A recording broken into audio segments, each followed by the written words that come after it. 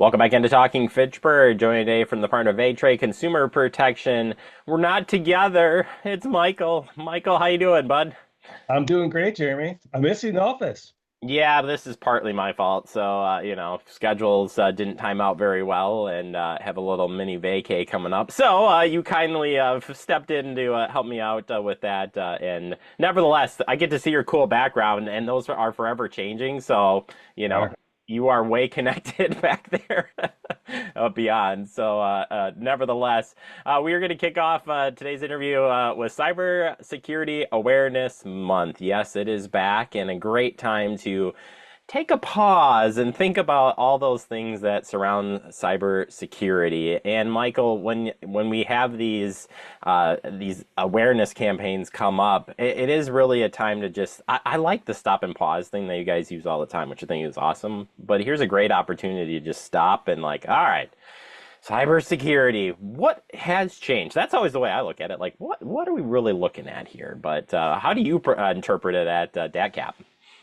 Well, we use Cybersecurity Awareness Month as like an opportunity for us to do what you said, pause for a second and just kind of brush up on everyday things that we might not think about that could keep us protected from malware, device failures, things like that. Cybersecurity is everywhere. And unfortunately, when we hear the term, I think sometimes we're so fatigued from it that we stop listening and we're like, oh, well, it's everywhere and I can't stay protected, but you can. And a couple little things can really make a big difference if something were to go wrong. So we're going to focus in on really your data, which we collect a lot of data now, and a lot of moving parts there. So the first tip that you have here is back up your data. And my goodness, there's so many ways of doing this now that make it so much easier, but you got to do it. You do, and we spend a lot of time focusing on how that data can get compromised or someone might get access to your device. But we want to think about if that were to happen, what safeguards can you put in place beforehand? And that is backing up your data.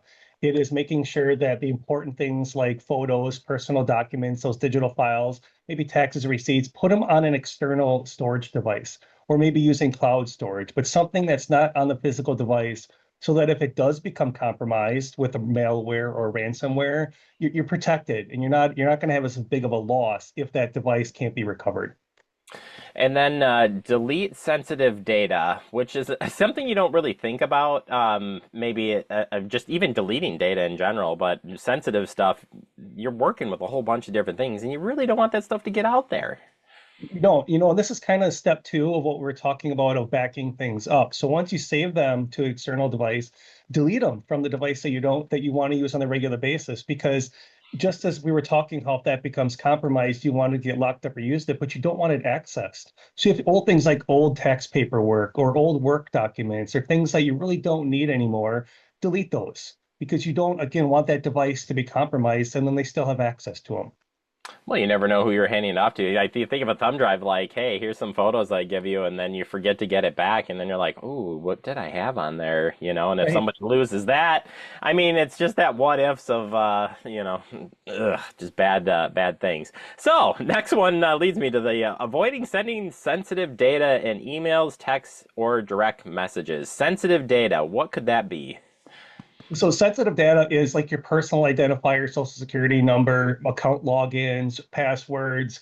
And this is where we're talking about just between friends and family. We're not looking for those scammers that are asking for it. We're talking about, say, you and I, want to share some type of streaming account.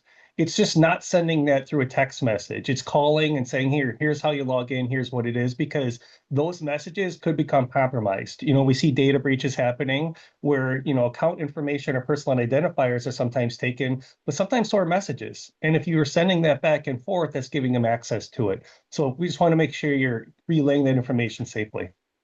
Yeah, and if you have done it in the past, delete it. Okay, go back to the last step and just get rid of it because you don't want it. And make sure that the folk you sent it, whoever got it to, deletes it as well.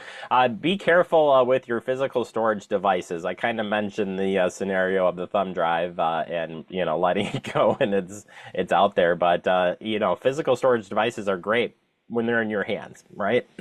Right. You want to know where that device is coming from. And so we certainly aren't going to try and lead people away from using those devices to back up their data because that's what we want them to do.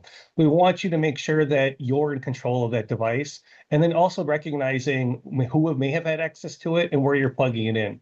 So if you have it, you don't, if you're traveling a lot, you don't want to be going into the hotel, plugging that into the hotel computer, then plugging into publicly used devices if you have sensitive information on it. And just keeping control so you know that it doesn't become compromised. And the next thing you know, you plug it into your computer and everything's going haywire.